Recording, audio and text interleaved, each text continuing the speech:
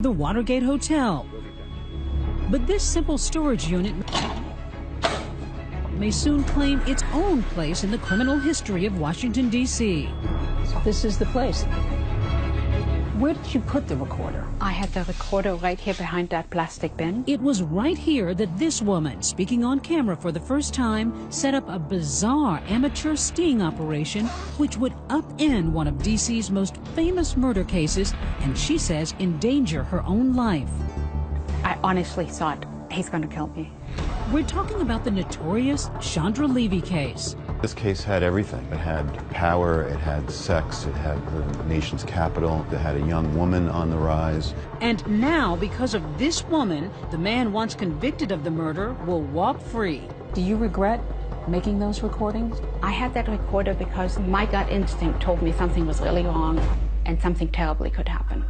Tonight, for the first time, you'll hear her story. Hear from that suspected killer himself. We're on our way to meet the man many are convinced attacked and killed Chandra Levy. And something else you've never heard. Sorry, I haven't heard from you. Actual voicemail recordings from the congressman at the center of Chandra's story.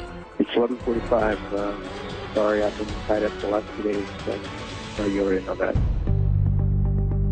In fact, we'll begin right there with what Condit left on 24-year-old Levy's home answering machine on a night in early May 2001. Maybe you're out of the country or something. Anyway, give me a call to pick up this message. The Democrat of Central California is wondering where Chandra is, and he's not the only one. I called up, and then she didn't answer. Bob Levy, an oncologist, and wife Susan are expecting their 24-year-old daughter back home in Modesto, California. She was shy. She really liked being at home. Yet her daughter was ambitious, dreaming of a career in law enforcement. You sound like you're very content with the program and everything. Oh, yeah. She'd even volunteered at her local police department before heading to the nation's capital. She got the internship at the Department of Prisons there, and I think she was interested in going to the FBI. The FBI would be in Chandra's future, but not in the way she imagined. After 9 months in D.C., the internship is over.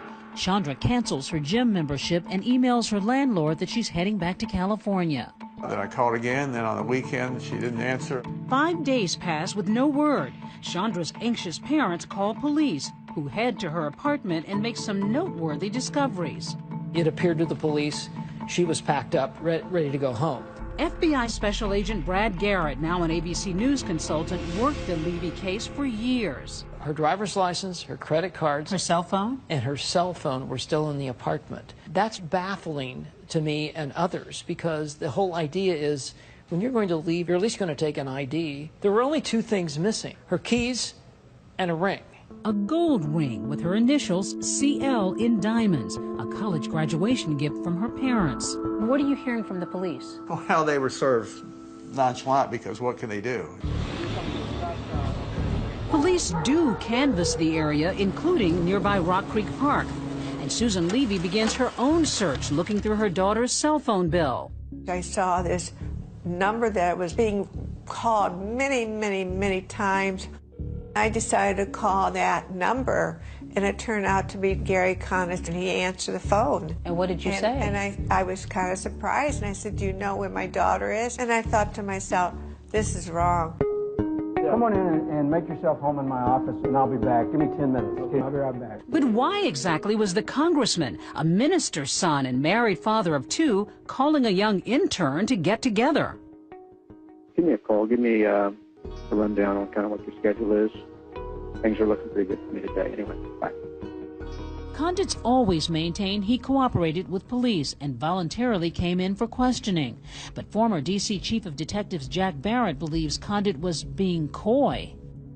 He admitted to the detectives that first night that they were dating. We didn't know whether it was a friendly relationship. We didn't know if it was a sexual relationship. He didn't admit that he had a sexual relationship with her. He did not. Word soon leaks that Condit and Levy did have something going on. She'd even dropped hints to her family. Listen to this home video. Terrence also one of our adventures in D.C., the Bureau of Prisons, and a congressman's friend. And Chandra had vaguely described a romance to her co-worker, Sven Jones. When she spoke of her relationship, she never offered a name. She just said powerful person. Someone who she was in love with, someone who she could see making a life with. Talk of a congressional sex scandal sets off a media firestorm. Police have questioned Congressman Gary Condit, who has reportedly said Levy spent some time in his Washington, D.C. area condo. In front of Gary Condit's office, the whole street was blocked off with TV trucks every day. Out in front of the Levy's house, the same thing, TV trucks, camera crews. Were you wondering or worrying for a second whether your father was somehow implicated in this? No, I knew he wasn't. I knew he had done nothing wrong, illegally wrong. When folks start calling my dad a murderer, it's wrong. Chad is Condit's eldest child, a top aide to the governor of California when the Levy case broke. He hadn't hurt her, hadn't obstructed justice, told the law enforcement people from the start what the deal was. The Levys aren't buying it and take their suspicions public. We would ask Congressman Condit and anybody else with information to please come forward. Please cooperate with the police. Do you know anything about where Chandra Levy is? From the very beginning, he was trying to protect his professional reputation as a congressman. Excuse me. He was the one that created this problem for himself. We had no place to turn other than to try and focus on him. Congressman, why won't you take a polygraph? It becomes the summer of Condit. American TV's saturated with daily images of the gaunt congressman, grinning through clenched teeth as he tries to maintain a facade of normalcy. Wish I would have gave him better advice. I mean, I wish somebody would have. You have a relationship of friendship that is hard to explain. Yet his dad will have some more explaining to do. Did you urge Anne-Marie Smith to lie? People come forward alleging Condit had relationships with other women. He declines to discuss those allegations. And we identified a number of women that were dating him while he was here in D.C. and his family was back in California. The floodgates are open. Where is Chandra? Protests call for Condit's resignation. Up next, while police aren't turning up any breaks in the case, Okay, folks, we are ready to go. Condit turns up on television for a historically awkward interview on ABC. Congressman Condit, do you know what happened to Chandra Levy? What a twisted tale already. I'm David Muir. And I'm Elizabeth Vargas. That question, what happened to Chandra Levy, was going to be front and center at an all-new trial taking place right now. But that trial was scuttled because of the stunning new information you're about to hear. An explosive new 7-hour recording that has turned a case that was solved into a mystery all over again. So join us right here tonight as we take you into Rock Creek Park, video never seen before, right from the crime scene. How you doing? It's the summer of 2001, and Gary Condit's role in the Chandra Levy case is blocking out the sun. So the pressure is mounting on Congressman Condit. The parents turn up the heat on Gary Condit. The story was a congressman with an intern. It wasn't the story about this poor girl being missing and all these families being destroyed over this. Posters of the young intern are plastered from the Potomac to Capitol Hill. Her parents determined to keep their missing daughter in the public eye. Where is Chandra? They make the rounds on television. We just want her back. But it's not easy to maintain a brave face. Help us. Help us find her. That's Dr. Levy breaking down on ABC Sacramento affiliate KXTV. Police continue grilling the congressman, trying to tamp down the speculation. The congressman was not a suspect before the meeting. He was not a suspect during the meeting, and he is not a suspect since the meeting. Yet the Levys are convinced that Condit not only committed adultery, but perhaps something much worse. I urge him, if he does have any information, please be man enough to step forward. Hoping to change the narrative, Condit agrees to a national television interview with ABC's Connie Chung. He felt as if I was interrogating him under a hot light. In many ways, I was. 24 million people watched the interview. It went a lot like this. Congressman Condit, do you know what happened to Chandra Levy? No, I do not. Did you have anything to do with her disappearance? No, I didn't. Did you kill Chandra Levy? I did not. We had a close relationship. I liked her very much. May I ask you, was it a sexual relationship?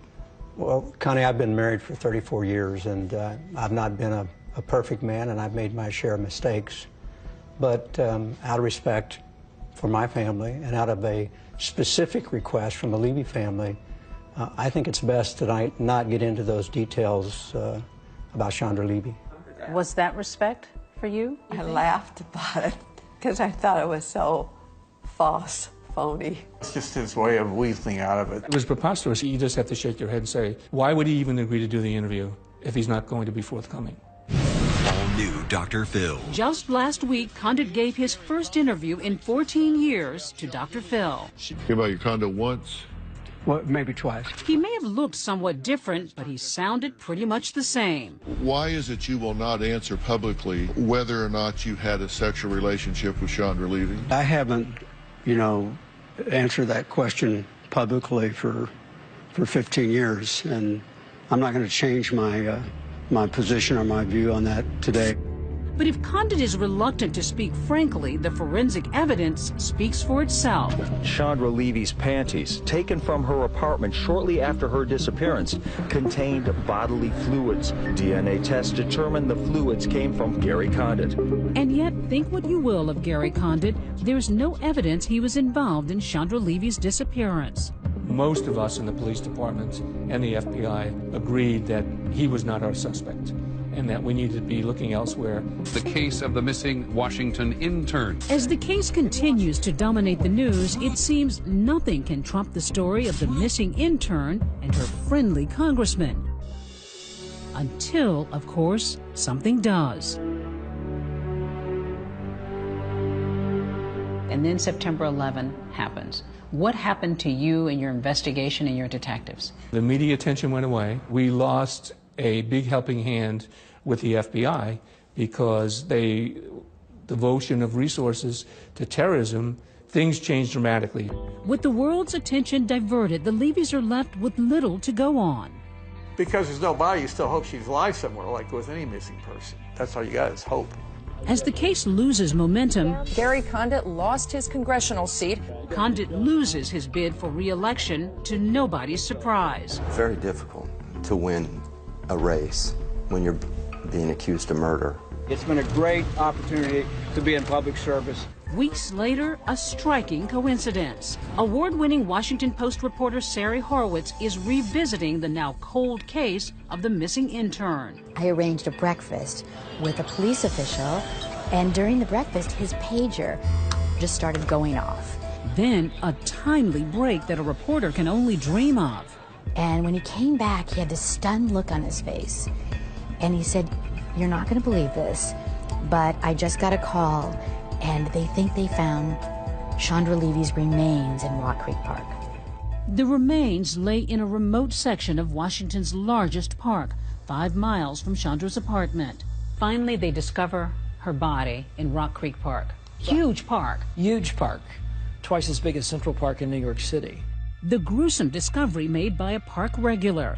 I was walking my dog, and I came across a human skull. This is actual crime scene video, never before seen publicly. Those are Chandra's Reebok sneakers and her jogging pants tied in knots, which will lead investigators to believe this was no accident. But no sighting of her gold ring. We cried. Yeah, cried a lot. We screamed and cried. Yeah.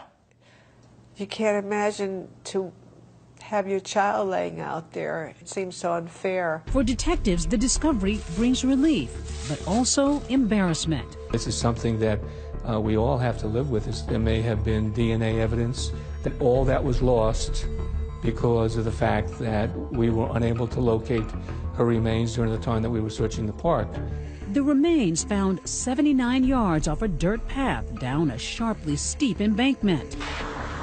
Police had searched 100 yards off all paved roads. Had they searched 100 yards off all foot trails too, they may have found Chandra's body, DNA intact, months earlier. Some people see that as evidence of ineptitude on the part of the police. Is that fair? Everybody's entitled to their opinion. Critics say it wasn't to be the only police blunder. Days after Levy's disappearance, an untrained officer tried going through her computer and accidentally corrupted the data, which would have shown Levy had researched Rock Creek Park. And on top of that, another oversight at her apartment building. What about the surveillance camera of her building? So many times people look to see who came and went in a building. Things like surveillance cameras, unless you go and initially grab them or tell the management to hold them, they erase or disappear. And unfortunately, that's what happened in this case.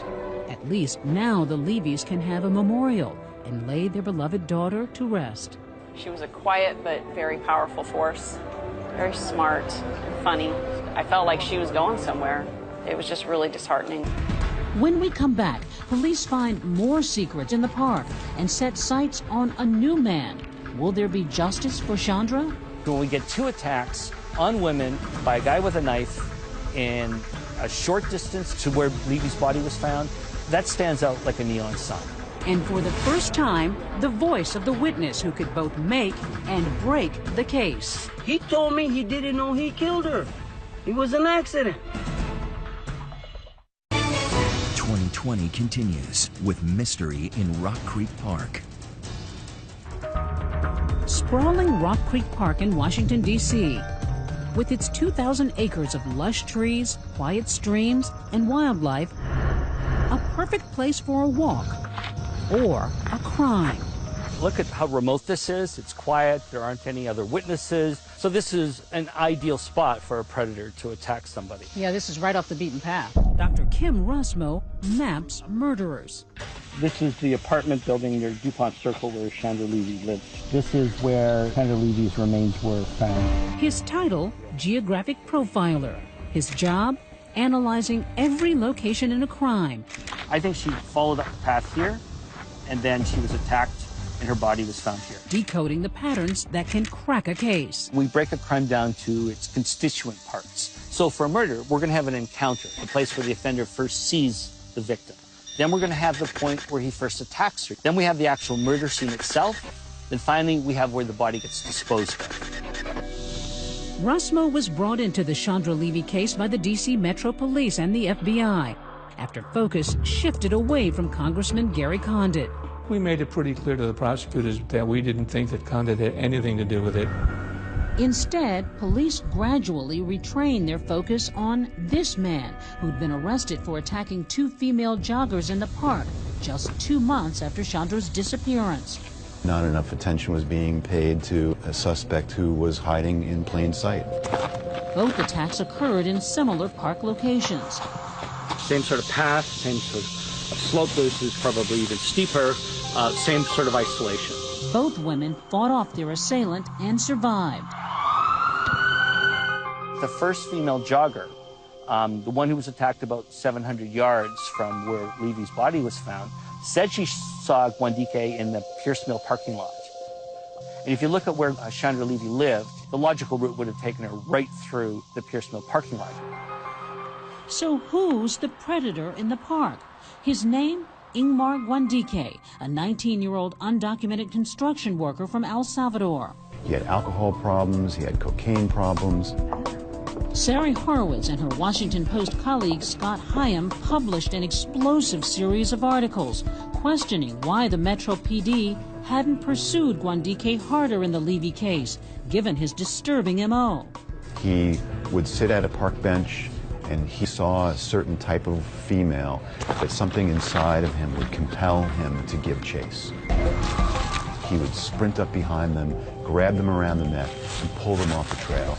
I'd seen an article in the Washington Post that talked about this guy called Gwandike who attacked 2 women in the park. The microgeography was identical. So I was curious, how had they dismissed him? Why would somebody who attacked a woman and possibly even killed her come back to the same area and attack 2 more women right after that? Because it worked for him. Gwandike's hit with a 10-year sentence for the attacks. But now, after those scathing Washington Post articles, police look at the Levy case with fresh eyes, zeroing in on Gwandike's activity around the time Chandra vanished. We know he didn't go to work on May the 1st. We know that he had marks on his face following the disappearance of Levy that he gave inconsistent explanations for. But you can only solve a crime through a confession, physical evidence, or a witness. But there's nothing to actually tie him to Chandra Levy. Unfortunately, One of the best means of finding physical evidence from the body had been lost because of its decomposition. But all is not lost. Coming up, police find something. Make that someone who they say will finally connect Gwandike to Chandra Levy. The arrestee is Ingmar Gwandike. And still to come, what role does this woman, an extra from House of Cards, and her secret 7-hour recording have to do with the case? I feel like I'm in the House of Cards. It's been nearly a decade since Chandra Levy's disappearance, and now prosecutors finally bring murder charges against Ingmar Gwandike and take him to trial. The Chandra Levy trial is set to begin today. A case that once riveted the nation. What was it like for you being at that trial? Wasn't easy.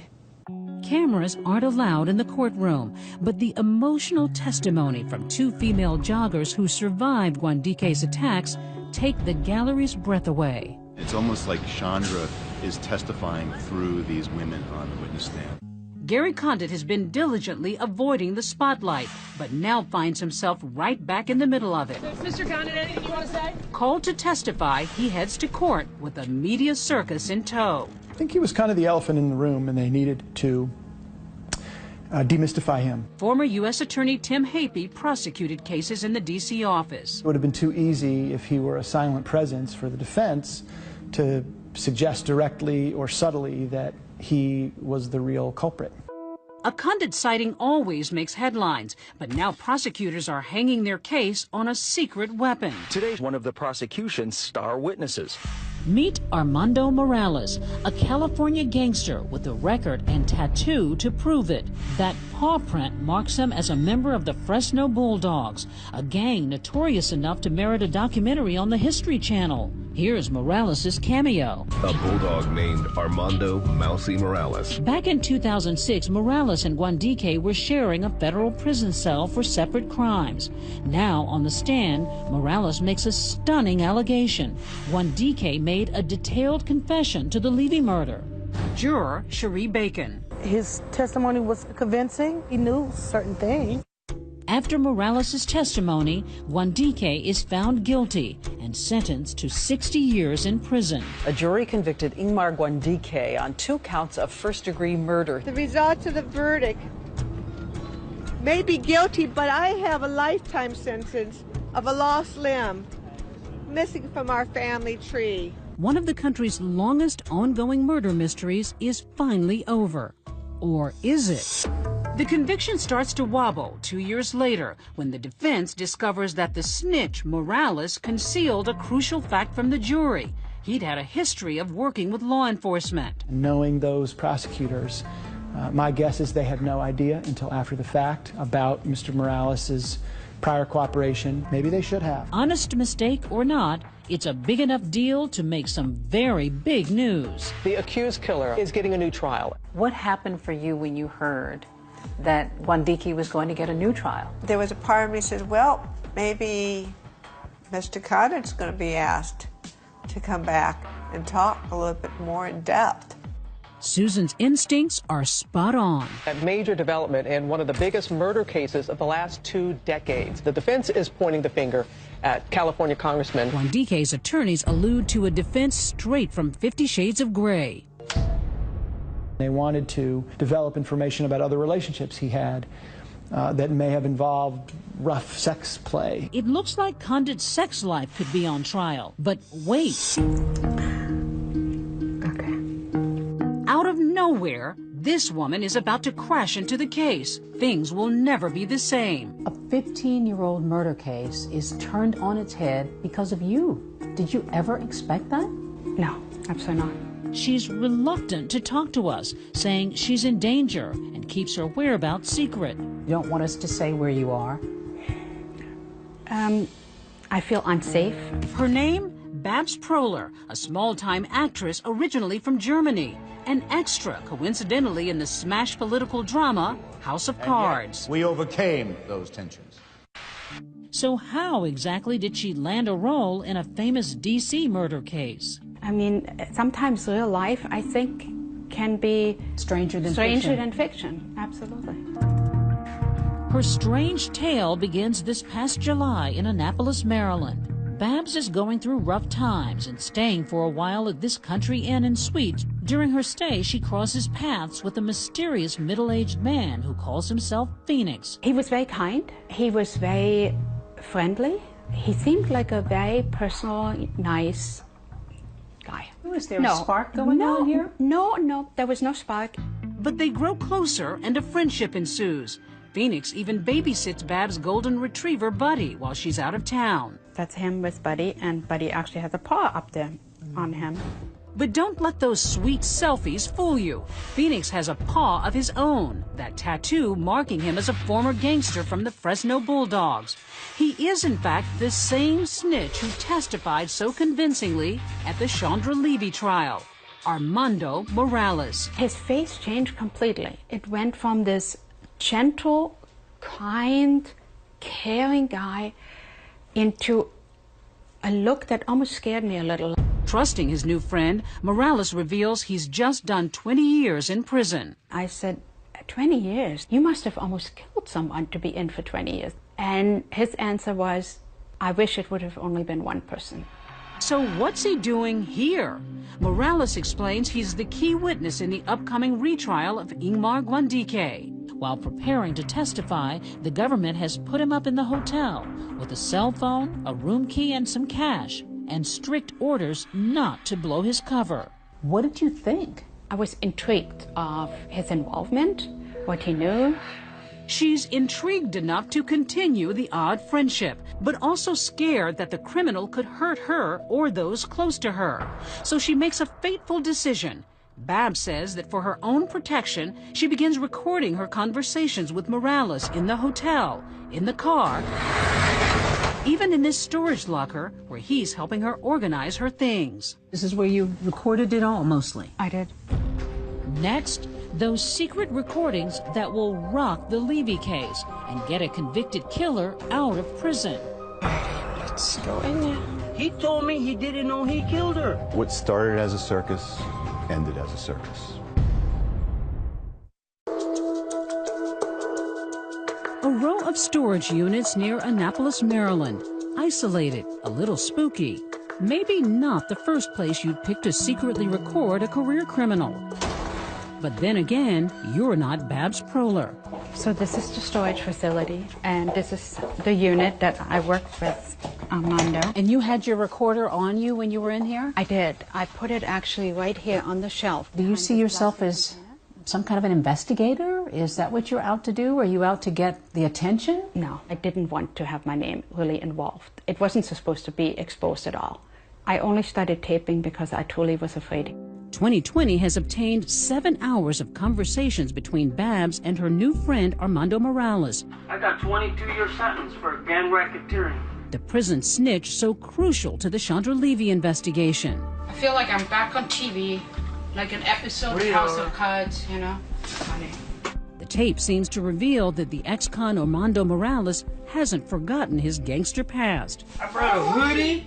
I bought dark clothes. I was ready to confront that. He's not going to get away with that. And listen to how he brags about cooperating with law enforcement to put Ingmar Guandike away for the Levy murder. I'm under the protection of the U.S. government. I think he was trying to impress an attractive woman. He had been in prison for 20 years. He's about to testify in one of the biggest trials in the United States, and to be talking to a stranger, it was a rookie move for a lifelong criminal. When conversation turns to the Levy case, Morales tells Babs what he told the court, that Guandike told him the crime was a robbery gone wrong. It was an accident. He didn't know he killed her. He went back. That was his area to steal and rob.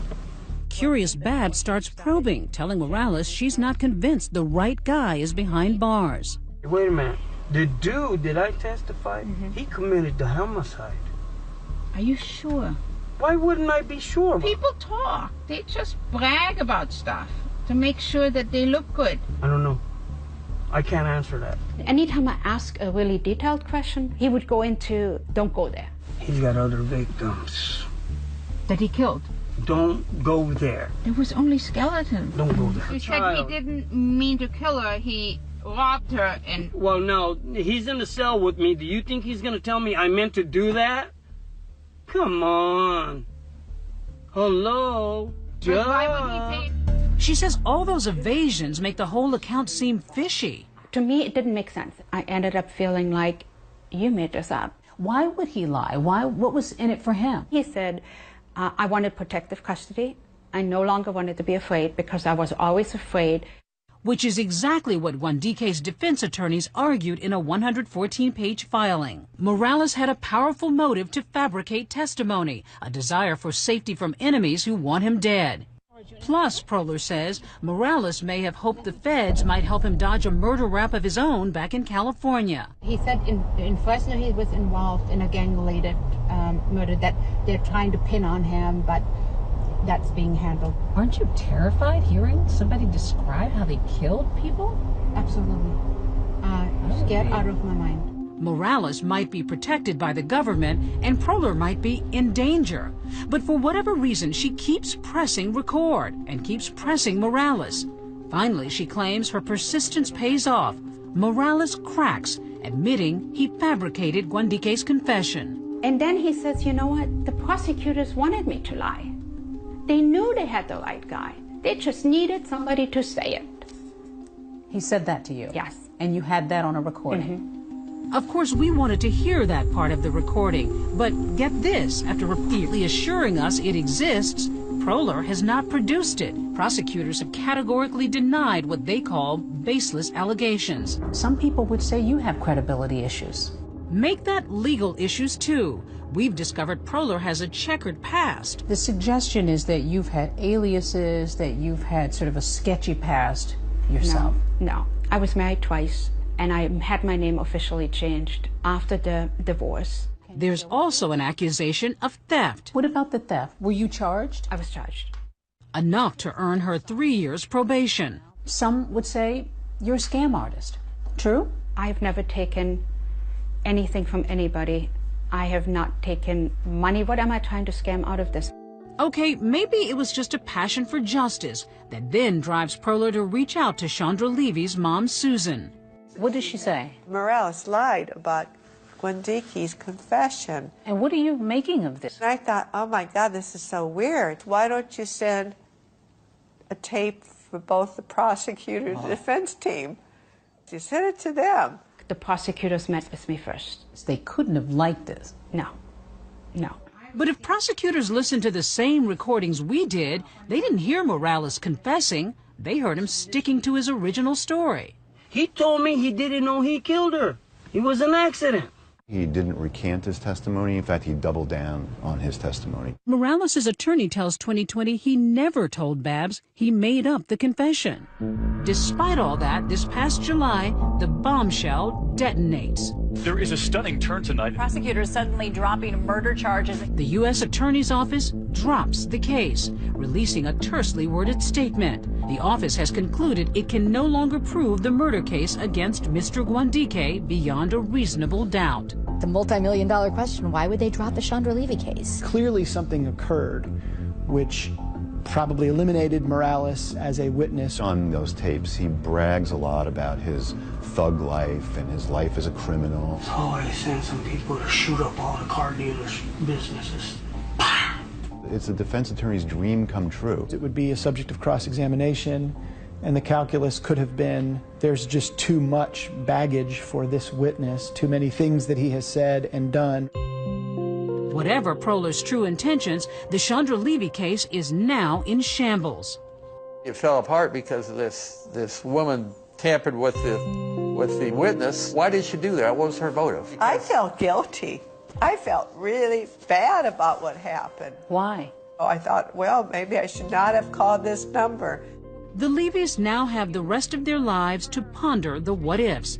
And Proler says she's worried Morales will come after her for revenge. His current whereabouts, unknown. My life has been affected negatively.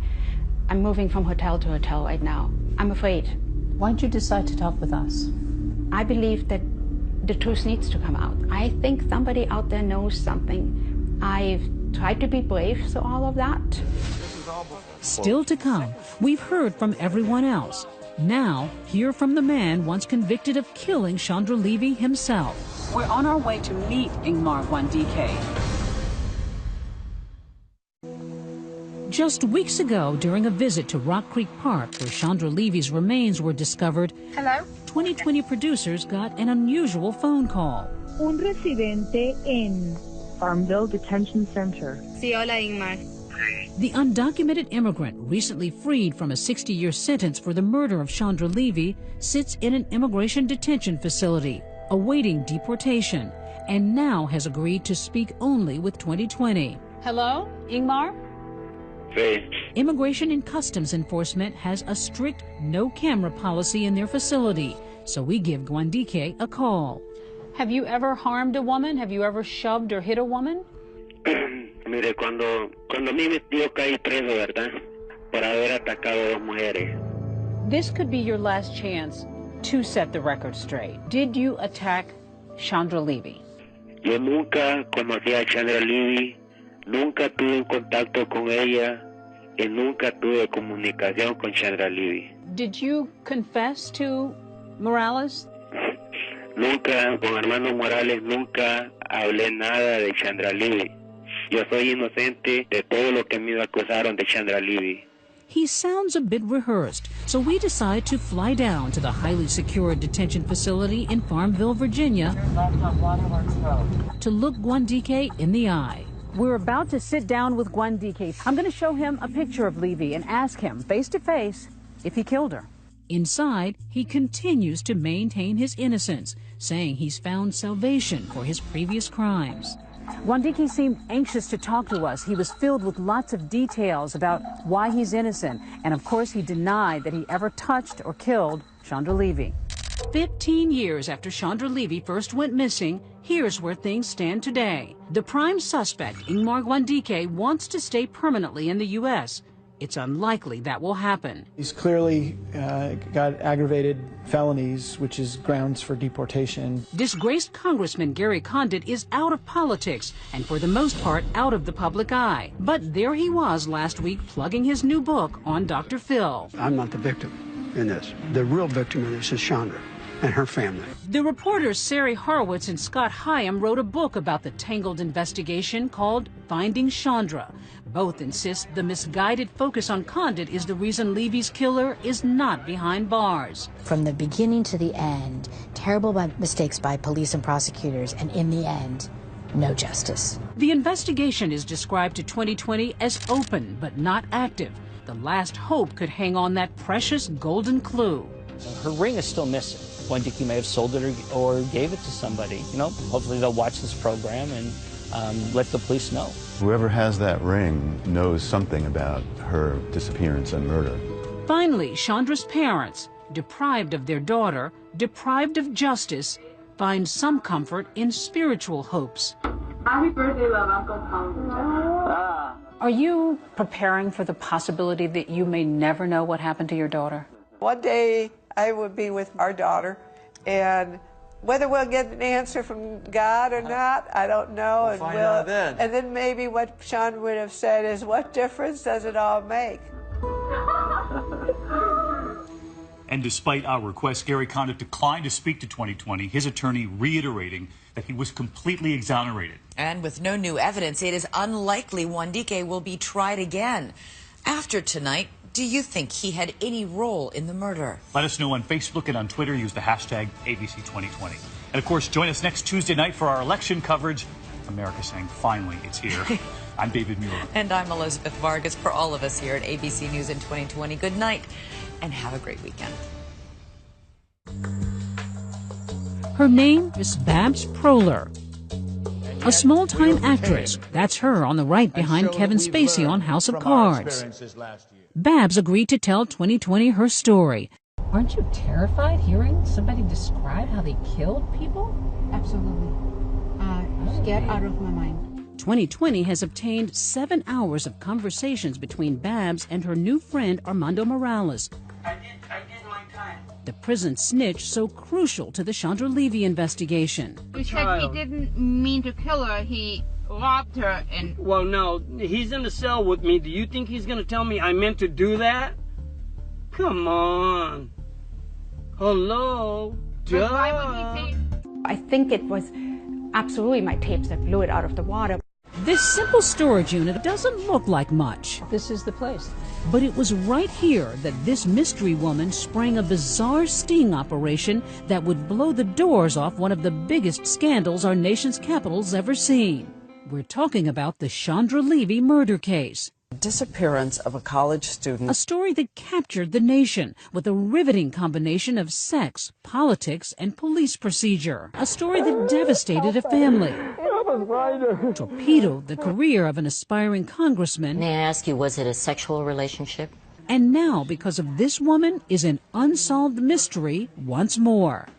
Babs Proler is speaking exclusively with 2020 about her story that began this July when she ran into Armando Morales, the jailhouse snitch and star witness in the Levy case.